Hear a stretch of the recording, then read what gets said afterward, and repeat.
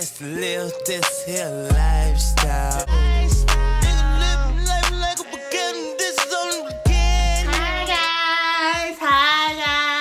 Hi guys. My name is Lacosta and welcome back to my channel. Yeah. So in today's video, you guys, in today's video,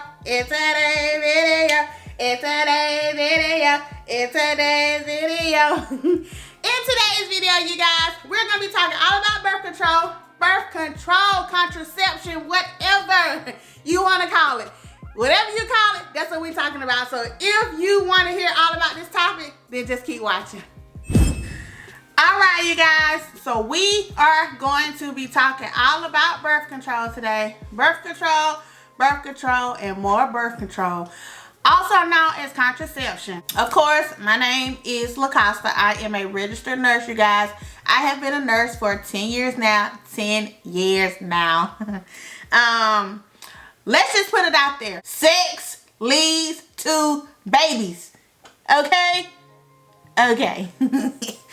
Birth control is individualized, so what may work for me may not work for you. What works for you may not work for me, vice versa. Before we even start on what birth controls are available, your healthcare provider will want to know your past medical history and if you have any high blood pressure, smokers, different type of, things. The doctor wants to know because that is very pertinent to what type of birth control you are on. So we're going to start off talking about the least effective methods to the most effective methods. So let's get into it. I have a chart. Why am I breathing so hard? Maybe because I just came from up the steps. I had to put the dog in the crate because he was going up and down the steps and we can't have that in my video. But anywho, I have a chart that I got from bedsider.org. You can go to their website. It's all about contraceptions, birth control, things of that matter. If you want to, check it out, go check it out. But I am going to insert a chart right now. It basically goes from most effective methods to the least effective methods. So let's get started, okay? Okay. How well does birth control work? We're going to start out with the not so well area. And as you can see, in the not so well area, we have withdrawal, diaphragm, fertility awareness, condoms for men and women. Now, as you can notice, condoms are needed for STI protection used with any other method. So that means that birth control does not prevent STIs, which are sexually transmitted infections, gonorrhea, chlamydia, HIV, syphilis, HPV, herpes, stuff like that. Birth control does not prevent those, but a condom does prevent STIs. So even though you are on birth control, you still need to use a condom. Okay? Okay, so what is a diaphragm? It is a dome-shaped, flexible cup that you insert into the vagina so that it can block sperm from reaching the cervix. It also must be used with a spermicide, you guys. And a spermicide is something that kills sperm. So you can use a diaphragm alone, or you can, but it won't be effective. You will also need to use a spermicide. The spermicide you will need to insert 2 hours or less before sexual intercourse. There are different sizes, so you will need to be sized. And being that it's not really used often, you probably will have a hard time finding someone to actually size you for a diaphragm. So we don't, they're not talked about a lot. I just wanted to keep you all in the loop with, all the contraceptions that are out there. Next, we are going to talk about the sponge. And a sponge it's the most convenient method. There's no prescription, no doctors, no hormones. So you rinse it with water and you insert it kind of like a tampon. And it releases spermicides, you guys. I just talked about that spermicide gel. So it releases spermicides to kill off the little swimmers before they get to your uterus, because we don't want those swimmers to get to our uterus, okay? So you will put these in right before the action starts, or up to 24 hours ahead of time. These are 76 to 88% effective. Then we also have something that is called the cervical cap. Like I said, majority of what I'm talking about now, most people don't use. Most people don't even know about. So like I said, I'm just putting it out there. But the cervical cap is smaller than the diaphragm, and it fits over the cervix to block, of course, those swimmers, okay? Then we have the withdrawal method, you guys. We know that method. I guess some people use it and say they don't get pregnant by it, but you know, with research, that is not a real effective method. The pull-out method, which we all know what the pull-out method is. If you don't know what the pull-out method is, go look it up, but you should know. If you're sexually active, you should know what the pull-out method is. Fertility awareness. Now, fertility awareness is basically your body. How you know your body. People take temperatures of themselves, and your temperature tends to go up a few notches. Once around ovulation time, your body starts having, like, I don't know, you might feel a cramping on one side or the other based on which ovary is releasing that egg. Just different things that people use for fertility awareness, whether they're trying to get pregnant or not trying to get pregnant. But most people use it to get pregnant, but there are people out there who use it to not get pregnant, and that is not an effective method. So what is your chance of getting pregnant on that bottom tier? So your chance of getting pregnant on that bottom tier is 12 to 24 women out of 100. Okay? Okay, so not so well. If you guys can look, we're on that third tier, that bottom tier, and it says, FYI, without birth control, over 90 in 100 young women get pregnant in a year without birth control. So, yeah. All right, so now we're going to take a step up to that second tier. That is the green tier, you guys. It is mostly hormonal birth control that we're talking about in this one. And on this tier, it is a 3 stars. It is good. So let's get into it. So on this tier, we have the pill, the patch, the ring, and the Depo Shot. So the pill has to be taken every single day. Doctors like you to kind of take it at the same time every day for it to be the most effective. We have the patch, which you change out every week. I think this has kind of been phased out. I don't think many people are doing the patch. When I was working at the health department, it was only like a handful of women who were doing the patch, and from what I was hearing, they were trying to phase that birth control out. The ring every month, and then the Depo Shot every 3 months. So let's get into these birth control. All right, so first we're gonna talk about the pill. The pill is the most famous method, you guys. Most people just get on the pill, take the pill, and call it a day. But of course, we all have issues with the pill. The pill has side effects. We forget to take our pill. We don't take our pills at the same time every day. So the pill has a lot of gaps. It's a lot of gaps with taking the birth control pill. Also, you have progesterone only pills, and then you have combination pills, which includes estrogen and progestin. The mini pill, what we call it in the health department. You get this pill if you have blood pressure issues, if you are a smoker and over 35, which causes you not to need that extra estrogen in your body. Then you will get the progesterone pill. But if you don't have any health problems, you're healthy, you're gonna probably get the estrogen and the progesterone pill, the combination pill. Now with the pill, you can change dosage. So if you are having side effects that are not so good for you, your healthcare professional can change that pill dosage. So that is a good thing about the pill. It is inexpensive. So a pro of the pill is it is inexpensive. Some side effects include mood swings, nausea, bloating, and water retention, just to name a few. If you want to know about birth control, make sure you do your own research before you decide to get on that specific type of contraception. The patch, you guys, I'm just gonna briefly, touch on the patch. The patch you will put on your arm. It will stay there a week.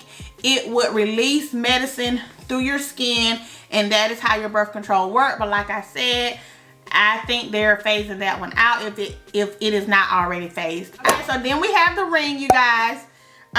You change this once a week, and then On that 4th week of the month, you take it out. You don't put it back in. Your period comes or bleeding comes, and then the following week you put in another ring. So the week of your menstrual, there is no ring inserted. For me, what I would tell people who ask me about the ring, you really have to be comfortable with your body in order to use the ring because you're actually putting something up there, you know, and making sure that it is up there. So yeah. And then we have the Depo Shot, the famous Depo Shot. It is progesterone. It is the same thing as the mini pill. Progesterone keeps you from ovulating. So that is the whole purpose of progesterone. So you will go to the doctors every 3 months and you will get that shot every 3 months. The biggest side effect that I saw with the Depo or any medication that had progesterone in it was the bleeding, the irregular bleeding that people had. So in the beginning, you may have, I don't know, you might have a period for 2 days this week. Next week you may bleed for 5 weeks. The week after that, 5 days. The week after that you may bleed 7 days. Then next month you may bleed the whole month. It really just depends on your body. Now when I worked at the health department, if a lady came in, she got the Depo Shot and she bled for 2 months straight, you know, it's certain things that your doctor can do. You just have to be willing to let your doctor know. It's up to them whether or not they will do it. So they may put you on like a period, on like a pill, a birth control pill to get that, you know, to stop that period from coming. Or, you know, it's different things that they can try for you until your period stops in all. Because most people on Depo don't have a menstrual at all. So before you get to that part, most people have bleeding. Now let's talk about the elephant in the room. No menstrual, that's not normal. I'm supposed to have a period. What are you talking about? When you are on birth control, you're not having a real period anyways. A period happens, ovulation and menstrual and all that stuff is a whole cycle. So when you ovulate, you know, and that egg is not fertilized, that starts the process of your menstrual. So that egg crumbles up, it dies, it absorbs into your body, and that's when that shedding of the lining starts to happen because you did not get pregnant. So the shedding happened because it was hoping, or it was getting your body ready to get pregnant. And so this happens every month unless you're on the birth control. So when you're on birth control, 9 out of 10, your body, yeah, you don't need a period. You don't need to bleed when you're on birth control because you're not having ovulation, especially for like progesterone pills, Depo. IUD has a progestin. So those type of birth controls, you don't need to have a period. So it's fine to not have a period, okay? Okay, and now we have made it to the 3rd top tier, you guys, and this one is a 5-star, you guys. It works really, really well. So works hassle-free for up to, we have the Implant, which is also known as the Nexplanon. We have the IUD. So we have 3 IUDs. We have the Mirena, the Skyla, and the Paragard. And then we have sterilization for men and women. So yes, this is an option. So less than 1 in 100 women using these type of contraceptions become pregnant. Okay? Okay. All right, you guys. So we have the Implant. Of course, the Implant has progesterone. It stops ovulation altogether. It is inserted under the skin, normally here. If you go to the health department, a nurse practitioner will insert these for you. It is done right in the office. They inject your skin here with a numbing medication, you guys, and it comes packaged, and they just kind of shoot it under that skin there, so you'll be able to feel it and tell your healthcare professional if it moves or not. It is good for up to 3 years, and it is 100% effective. And also, the issue with Depo, you may have the same issue with the Nexplanon. So irregular bleeding is a big factor when it comes to Nexplanon also, because what is it? A progesterone medication. So some side effects of progesterone are decreased sex drive, you guys. 1, irregular bleeding. 2, Abdominal pain, 3, and headaches, 4. So if you're having side effects, 9 out of 10, your doctor or healthcare professional will be good about telling you what the side effects are. So just be mindful and, you know, just be mindful, okay? So then we have the IUDs, which are 99% effective. 99% effective, 99% effective, and 99% effective, okay? Okay. It is plastic. It is shaped like a T. It is inserted by a provider. Also, you go to the health department, nurse practitioners in South Carolina insert these. I have been in the room for a few of these insertions, and they can be a bit uncomfortable. I recommend taking some kind of Tylenol. Take you some Tylenol or something before you go, because what actually happens is they kind of dilate your cervix a little bit. It comes with a tool and all kind of stuff. Not enough that a baby comes out, but it's enough to be able to fit that T-shaped plastic utensil in your uterus. So yeah, let's just put that out there. What are some pros of having an IUD? It's long lasting. It is effective 3 to 12 years, depending on which one you get. The progesterone one helps with heavy periods. So you have the progesterone one, which, what does it do? Stops ovulation, right? Okay, and then you have the copper one that does not have any hormone in it. So how does that one help with contraception? So that one help, they all help by keeping the sperm from reaching the egg that you release once a month. But the hormonal ones also stop ovulation. But the copper one, pretty much, it just keeps the sperm from getting to the released egg. Okay? Okay. Just to keep it simple. Some side effects of IUD are bloating, cramping, and weird discharge. And then we have sterilization. Sterilization, you guys. So that means tubes tied or a vasectomy. So tubal or vasectomy. Tubal is for women, vasectomy is for males. So that is also an option. But majority of the time, that is a permanent option. And I say majority of the time because we do have that percentage of people who get their tubes tied and then 5 years later they're pregnant. Okay? Okay. We also have the emergency contraception, you guys. The Plan B. The Plan B. The Plan B. So the Plan B works by temporarily delaying the release of an egg from the ovary. So there's no egg to meet the sperm. No egg, no fertilization, no baby. Okay? Okay.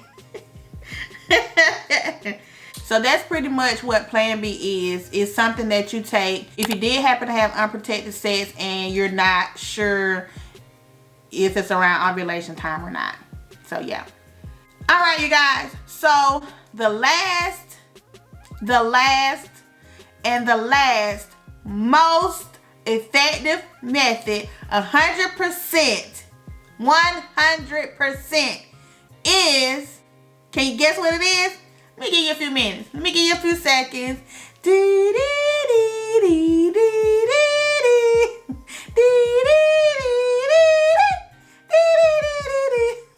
Abstinence, you guys.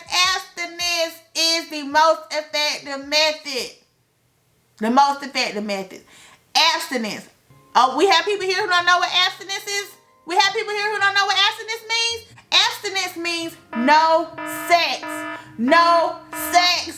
No sex. Let me say that for the people in the back. No sex. That is my whole spiel on birth control, you guys. If you have not done so, make sure you hit that subscribe button down below. Also, while you're at it, make sure you hit that bell notification so that you're notified every time I upload a new video. Okay?